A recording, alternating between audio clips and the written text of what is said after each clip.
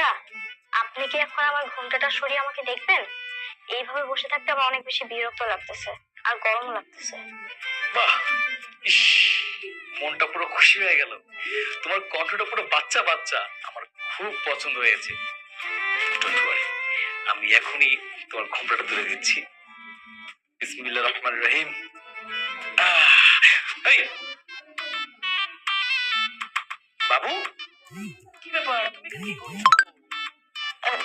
তোমার সাথেই তো আমার বিয়ে হয়েছে, আমি তো এখানেই থাকবো।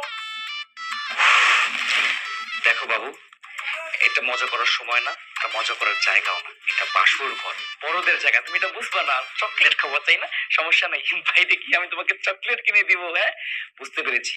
তুমি নিশ্চয়ই নিতুর চাচাতো বন্টন হবে। আরে বাবা, এই সময় কেউ এখানে থাকে নাকি?